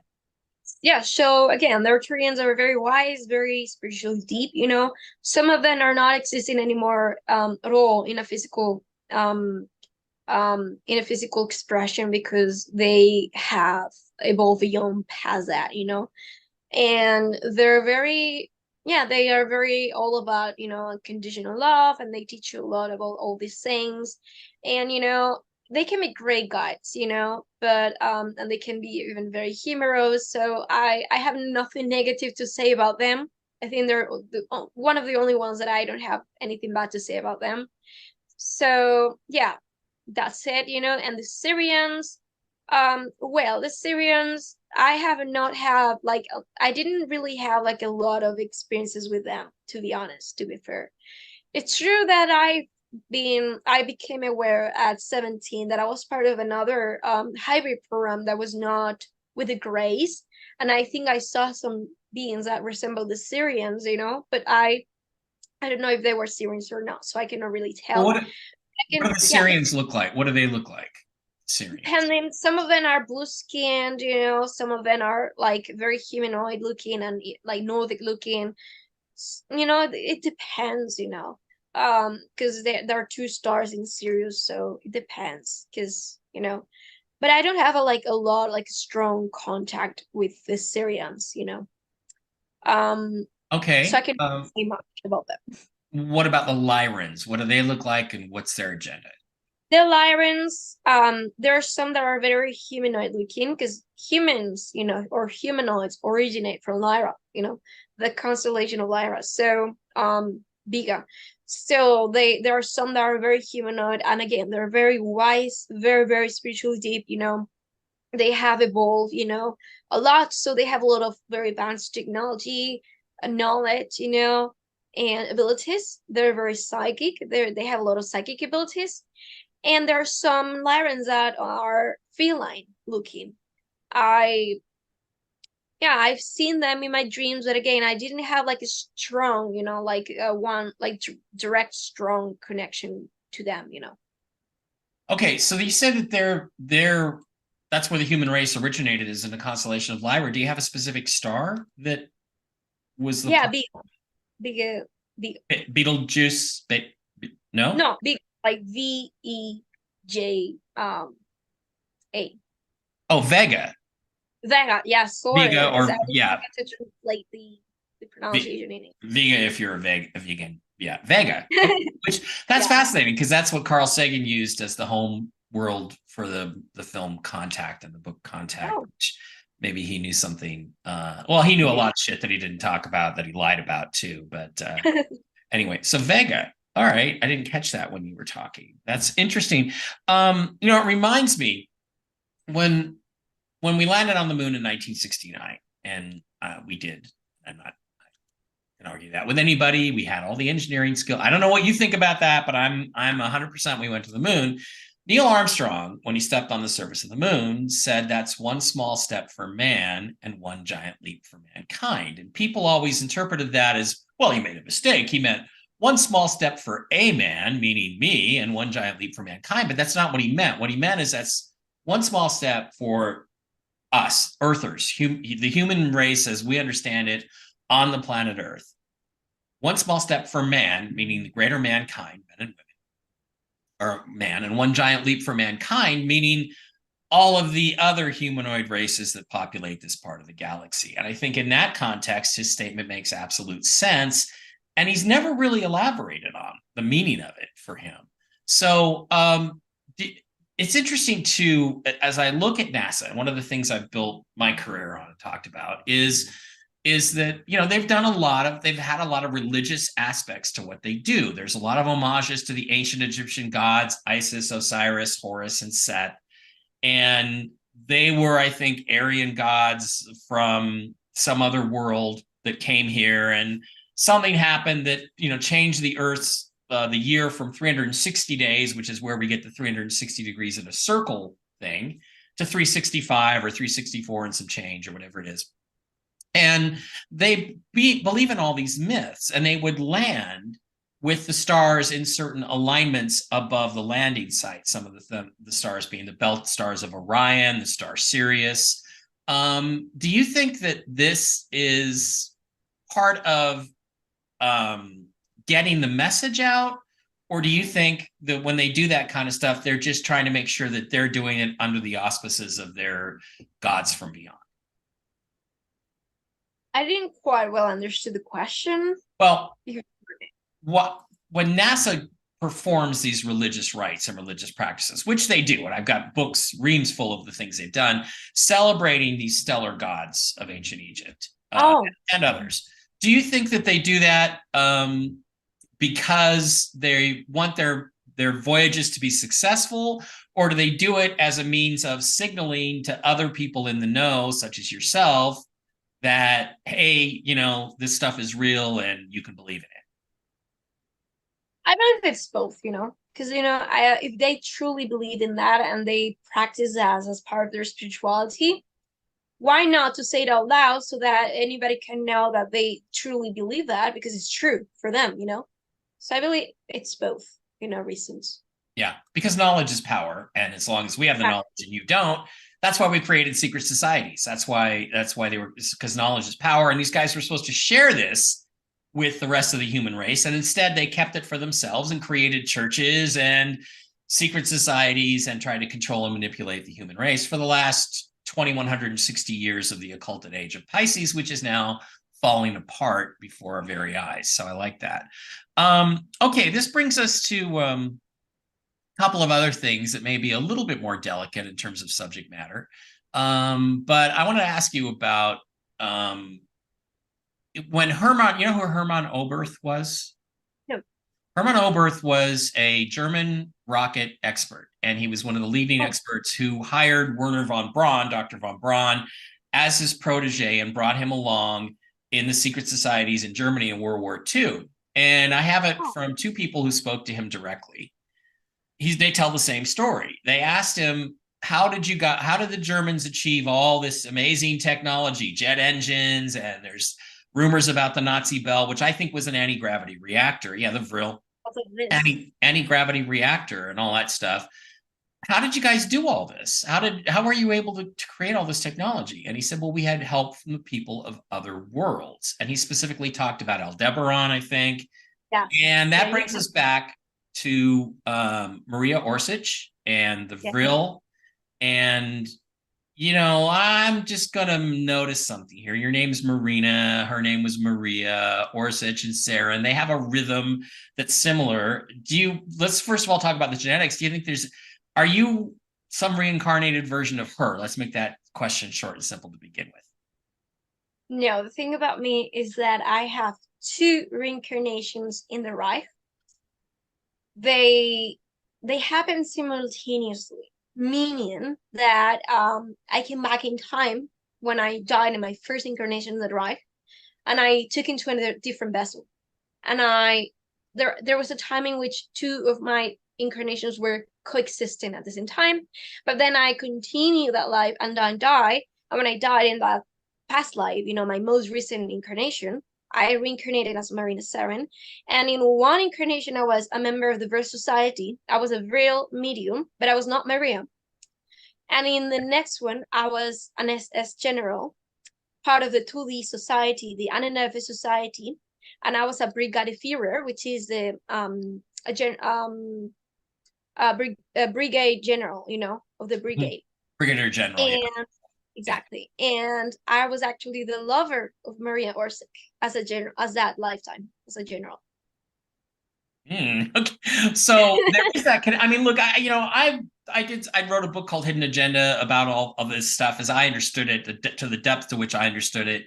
And they were using channeling and things that are common to us today to work towards technological solutions and to get scientific ideas. And there's a lot of negativity associated with the Nazi Party, but I think it's important to sort of to emphasize that there was a difference between an Anenerbe and the Vril and the Thule Society. They were co-opted in a sense by the political side of things. They didn't just join right in. So that's fascinating. So are you saying too that you've only had two previous lives? No, I'm saying or that those are the two that are associated with this incarnation? No, I'm saying that among all the incarnations that I had, in regards to the Reich, I had two incarnations there. in Okay. that period. Okay. And for that, during that period, that's pretty interesting. So there is a connection between you and them. And what would you say is the positive aspect of Vril and how to use it, and how do people misunderstand what it's all about? Well, obviously, people misunderstand what it's all about because they are associated with politics and, you know, events in history, etc. So they're gonna say they call her the Nazi occult psychic of Mm-hmm. of Hitler, of the Mm-hmm. Reich, and they just, believe that is negative oriented, but it's not. Those societies were created after they got, many of those members were contacted by these Nordics of Aldebaran that I'm in contact with in this lifetime too. They're helping me. There you go. So Sign listen to what she's saying right now, because apparently it's true. I just looked at my phone and that's what was going on. Go ahead. Sorry to interrupt. So they were contacted by specifically Maria. I know her story. She got contacted by the Nordic Sonalvarn, and she was living in Vienna in Austria, and she was shown these beings, these Nordic beings, and they will contact her and reach out, and immediately she felt like a feeling of like belonging to them, like Mm-hmm. she was part of them, on another life, and she understood, that they were positive oriented. So she understood she was introduced, to these beings, and they explained who they were. And one day Mary Orshik felt the need to write something, like automatically. And she grabbed a piece of paper and a pen or whatever, and she started writing things that she didn't comprehend, and then she understood that she had the ability to reach out to them like psychically and to channel, information coming from them, and to transcript it into like information, in papers, and something solid, and so she was guided to go to Munich, in Germany, where she will meet other women like her that were also psychic, and they were also getting contacted by these, Nordics, and that is where they created the real Gesellschaft or Gesellschaft, which is real society, Mm-hmm. and it will be named, the Deutsches Gesellschaft für Metaphysics, which means, the German Society for Metaphysics, which was all at first about, researching, metaphysics, for many different purposes, and Maria Orsic started channeling in a language that was not her native tongue, which she believed she was connected to the ancient Germans, like Teutonic Templars. Yes. It was very, very ancient. So eventually they had all this information, they know all these different things, but they needed somebody to translate, those scripts, into understandable, knowledge and guidelines, so they came in contact with members of the Tuli Society and members of the Heer. The Heer was the German army, and even the SS order, but that was much later, much later, because before there was the SA. And so eventually they all started collaborating in this project, which was the translation of these scripts, and they knew that it was anti-gravity technology, in which they will use vril, this energy, and they will be taught about what is vril and the ancient, Hyperboreans, the ancient Atlanteans, being superhumans, the beings from inner earth, being masters of this energy called vril. And where did they got this word from, the word vril? Well, it came first in the 19th century from an author called Edward Butler Lytton. He created a novel called The Coming Race, which was about inner earth civilizations that were masters of the real energy, and they will be able to use it, to heal, to, energize anything, as a weapon, against their enemies, or even, use psychic abilities, anything they could, you can imagine. So these beings eventually, these people, the real, the Tuli, they started working together, and they brought scientists, German scientists to work on this, and they eventually got to create, after many trials, they eventually create the Hannibus, the flying Flying saucers. saucers. Yeah. Exactly. And so they were able to travel, They were able species. to convert this spiritual energy and spiritual concept into mechanical technology, Yes. which is fascinating stuff. Yeah, I mean, if you look at the shape of the Hanabos and the flying saucers, there's that central core. That's where the Nazi bell goes. That's the anti-gravity reactor, which had this material in it that nobody really understands how it worked, and a lot of counter-rotating magnetic fields and all this other stuff. That's Marina, really exactly. fascinating stuff. And if you take, Clockwise and clockwise, yeah. I'm You're sorry, right. You're right. That's yeah, the dynamics. That's. I mean, right. And that's what Oberth meant when he said the people of other worlds have helped us, because this information exactly. came from other worlds, and it's fascinating stuff how they were able to accomplish most of these things, which even today we don't publicly talk about, because for fear of getting kicked back. The other thing too is people don't know World War II there were financial reasons for it, but it was fought. It was basically a war between the Knights Templar and the Teutonic Knights split in like the 1400s, and the Knights Templar went underground and reemerged as the Freemasons. So World War II was a war between the Teutonic Knights and the Knights Templar. That's what the war was all about, and that's why they hid the Ark of the Covenant in Nova Scotia and all the different things that they did, and why Hitler was fascinated with getting all these artifacts and so forth that he thought would give him an advantage or spiritual power. So that's what caused that war, and it's fascinating. It's fascinating to look at it from that perspective, because if you look at why do you think he called the invasion of Russia Operation Barbarossa? I mean, that was a coincidence, because Frederick Barbarossa was the head of the Knights Templar Order, so or the Teutonic Knights Order. So again, when they split apart, they came back, they fought a war. All of it benefited a lot of people financially, I guess, in the end. Yes. So I wanted to ask you, you knew Maria Orsic in previous lives. There is some connection there. What people don't know, there's stories, but people don't know what happened to her at the end of the war, or when she disappeared from sight. I think it might have actually been 1944 was the last time she was heard from. What happened to her? Do you know what happened to her? Did she leave the planet? Did she go underground and live out the rest of her life privately? What happened to Maria?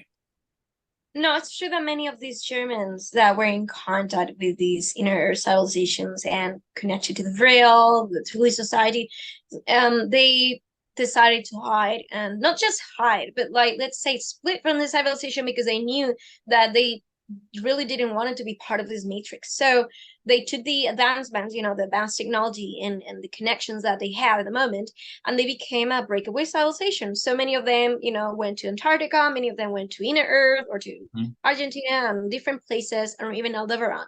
And something that it was known, is that the real arena or the real mediums were so connected with the Nordics from Aldebaran at heart, and with the star system. They felt that they were so connected to that star system, and they came from there, their souls, that they wanted so bad to travel there, because they perceive it as to be their home, their soul home, planet. And so that's one of the things that was in their, let's say, bucket list, in their desires, in their wishes for the life, to travel there. And so when things started to not go in the direction that, like, things started to become messy here in this matrix, they said, we're done here for a while.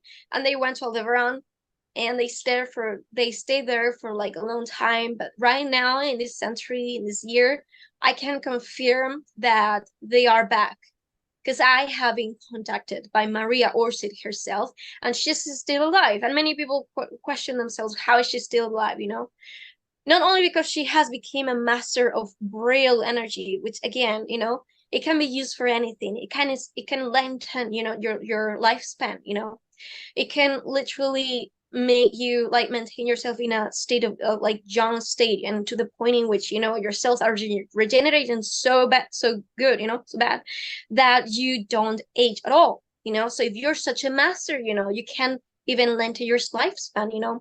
But it's true that actually, many of these people actually got to develop age regressive technology. which can make you, go back in time, cellular speaking, So, yes, I don't know exactly how she maintained herself alive. I cannot say one or the other theories for sure. Those are my hypotheses, but I can tell for sure that she's still alive because she reached out to me.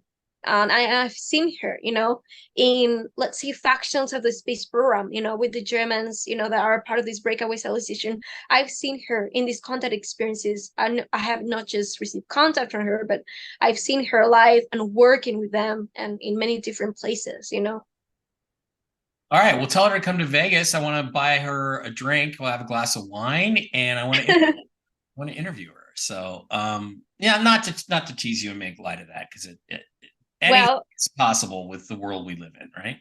it is. And one of the things that they told me, the Vril, when they've gone in contact with me, is that I will be the person that will represent the Braille Society when it comes to disclosure. Like they Mhm. chose me, it seems, because I was one of them, and they helped me remember that I was one of them. And they showed me many different memories.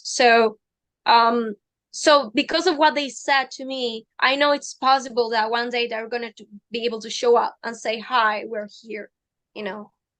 Okay, well, Maria, if you're watching, let's do an interview. I want to have an interview. I want to hear the real story of what happened. Um, and again, not to tease you or make light of that, but yeah, I mean, I think we're heading into a period of incredible transition. I wrote a book called The Choice about it about 10 years ago. I described you the physical things that were driving it, the fact that human consciousness is controlled actually by the positions of the planets, by the spin energy that they create, and it ripples through the higher dimensions, because we live in a hyperdimensional universe, and affects our thoughts and our consciousness. And we are really about ready to break out into something new and better. And we've gotten up to this point before, and then we crash, and then we get up, and then we crash, and then we get up, and then we crash. This time we've chosen not to crash. We've chosen to go forward into the uncomfortable reality. The uncomfortable new reality is what I think. But I wanted to ask you a few questions because there is a spiritual aspect to it. And I mean, my book is about the physical, but it's about how the physical relates to the spiritual and how you can confirm so many things, so many of these crazy things that we talk about, these new age things, maybe, are actually backed by science and experiment and things that people don't understand. And so there is this life energy all around us. But I want to get your description of how you view the universe. And people talk about dimensions, and I think we understand that. Like when I talk about a hyperdimensional universe, I'm thinking of higher spatial dimensions where the physical laws, such as they are different, where sometimes we have physical bodies in those incarnations, and sometimes we don't. As it gets higher, I imagine you don't have a need for a physical body. But I see these things as all connected, and then we come down here to experience our lives and do things in this three-dimensional reality. So one of the things, though, that's often talked about is density. And I'd like you to explain as best you can the difference between density and a dimension. In other words, what exactly does density mean? And how are we going to experience that as things shift? Yeah. Well, density stands for um the level of, let's say, dimension is more referring as like a region in a space and time. It doesn't have to be like a physical like limitation of like a specific, again, like region, like the limited space, but like an actual physical space and time, like a region of physical space and time that is delimited, and has its main frequency is a determined frequency, altogether, it's vibrating at a very specific frequency.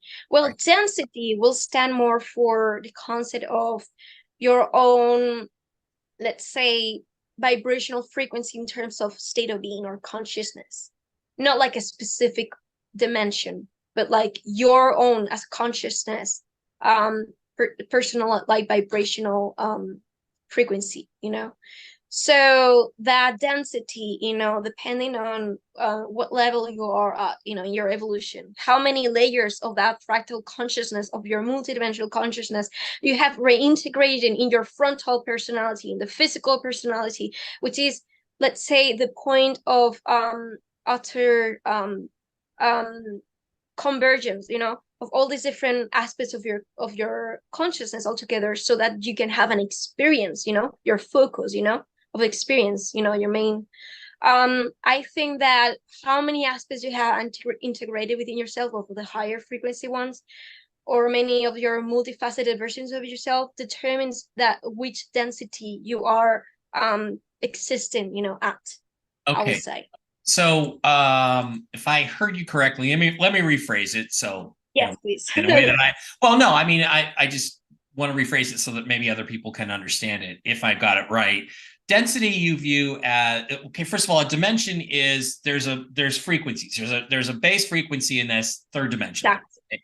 And there's higher aspects. You can go higher and lower within a certain range around that. Exactly. Your density is where you are within that dimension in terms of your personal frequency, right? Where you are on that curve.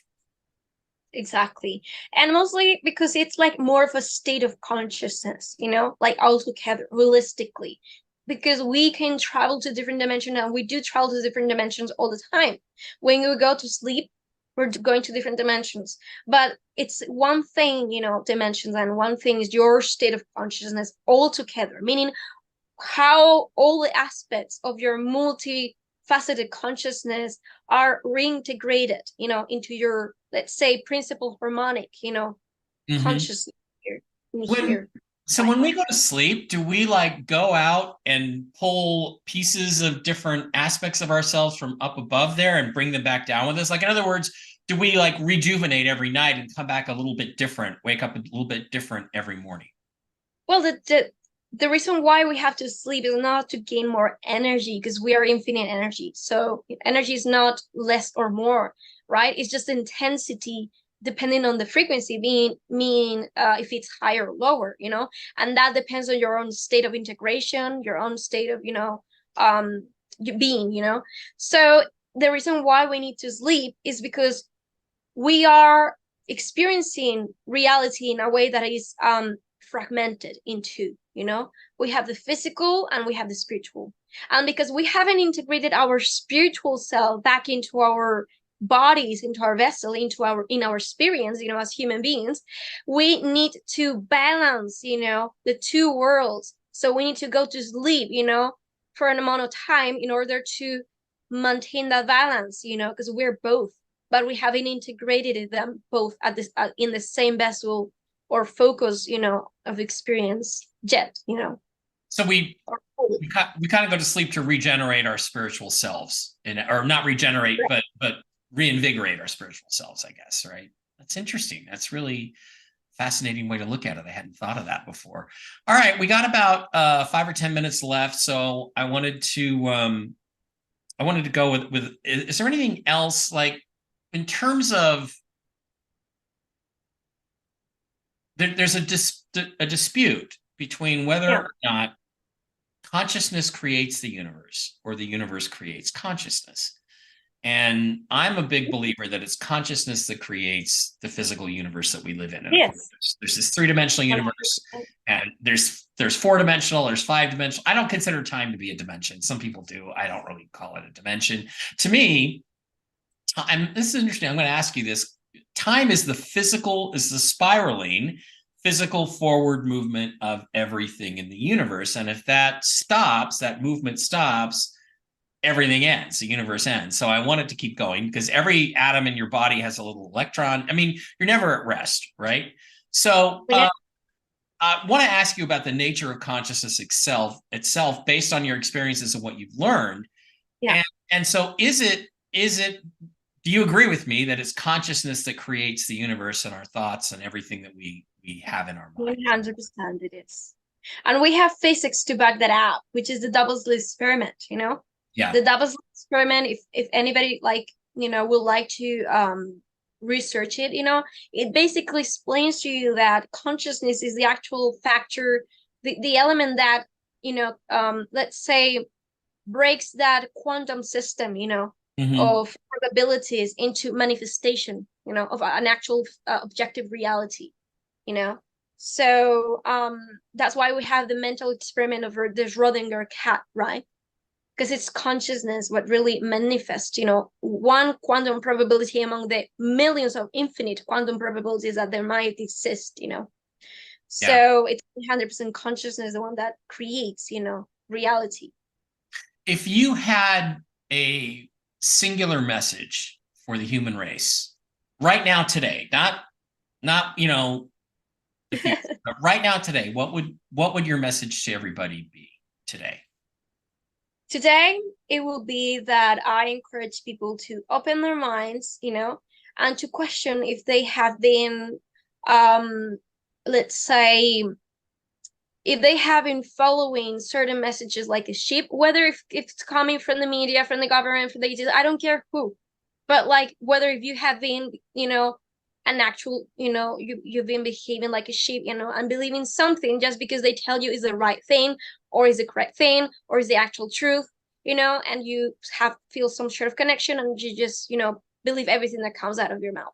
I encourage you to become, an individual that stands out for your own freedom, your right to think for yourself in all matters, political or spiritual, whatever, and to say, what, I'm not going to just believe anything that comes from this person on this person or this person. I think that the truth that is going to make my own belief system is going to come from my own, determination, my own discernment, because there are many channelers and there are many people who are telling the truth and there are many people who are telling lies. But what I want you to do is to discern, to think for yourself, because I think it's time, that we all understand that the truth is not going to come from one specific, point. We have many different truths, and they don't have to invalidate each other. There are many truths that can coexist because they're both real, right? What I'm asking you is to think for yourself, to use discernment and to open your mind, please. We've been proven for a long time, so it's time to open your mind and think for yourself.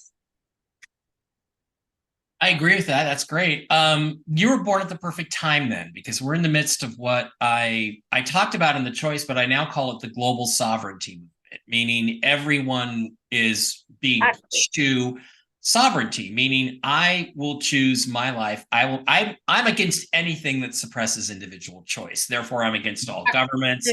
I'm against taxes. I'm against all kinds of things. I believe that the soul, the human spirit, has to be free to choose their own path in one way or another. Now, if that path is destructive to others, then we will respond to you about that, right? But that's your path that you've chosen. And I believe that God, and I call him God, people like to say the universe or source or whatever. I'm just going to call it God. I don't believe that God cares about good versus evil or what we judge to be good versus evil. I believe the only thing God cares about is balance. At the end, everything has to be balanced. When the books, look, everything that we do is commerce in a sense. We make commercial agreements with people, with souls and other people. That's why the Christian cross is it's a double entry accounting ledger. That's what the cross looks like, because what they're teaching you is the Bible is a manual of commerce and how you engage in contract with other beings and other souls in this planet. So and that you encounter, period.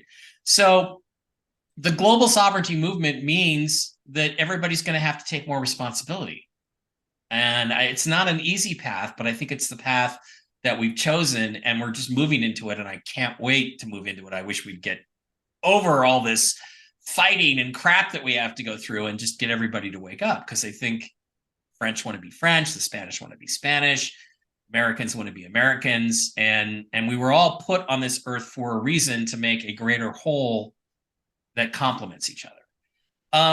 So okay, one final question. I go through life. I believe that there's two aspects to this existence which are important, and that is that everybody has a soul purpose and a life path.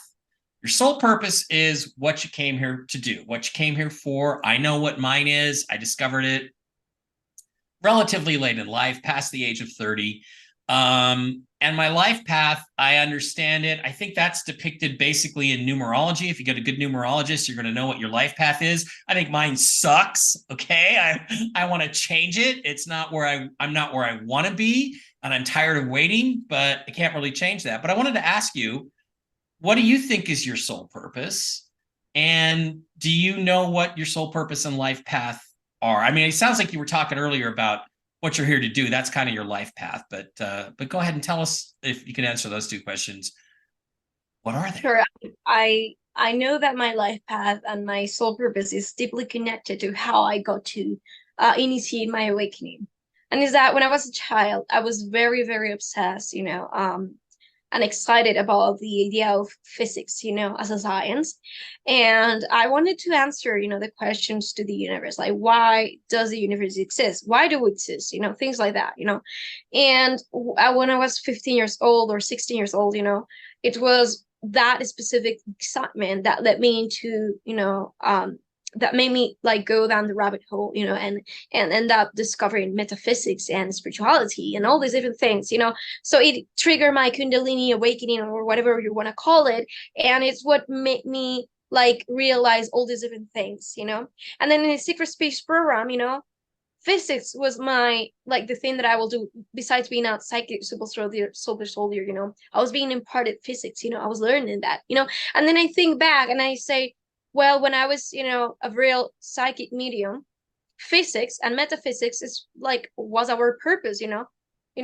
So I started like researching, like connecting the dots, of all these different things in common. And that common factor is physics or metaphysics. And then when I got contacted by by these Anunnakis, both the Aldebaranians and the blue skin giants, from Capricorn, they told me that because of the pole shift, there was something going on, with the earth, with the magnetic, electromagnetic body of the earth, and Mhm. that my brain was ductile, and was very conductive, of that field, and that I needed to do certain psychic work with them, in order to help them, and help, the earth in something, that I'm still discovering, and so I am receiving, intensive guidance into what it is.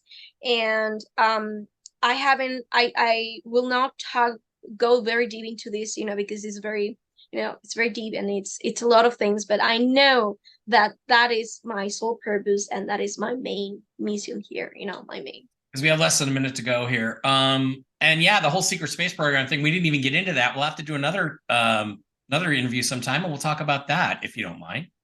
Sure, anytime. That sounds good. Okay, I'd like to thank my guest today, Marina Seren, for her thoughts and information. It was fascinating stuff, and I do believe you're getting it from somewhere, and there's something about you that's important because nobody your age should have that kind of knowledge. You have way more knowledge, so it must have come from somewhere. So I'm going to post these as premieres and stuff on YouTube on a few other channels. We're going to put them out piece by piece. Marina, thank you very much for joining me today. That file. There you go.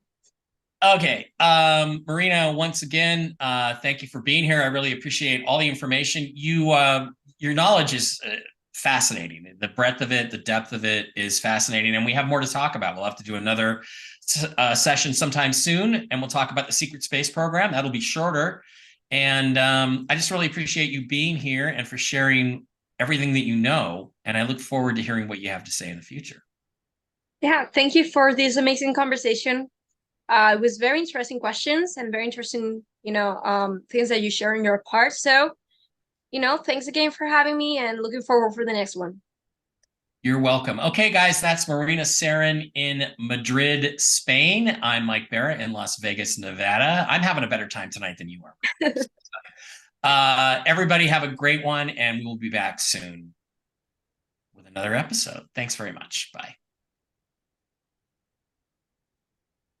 Perfect. Kill the recording. Kill it. Kill the recording.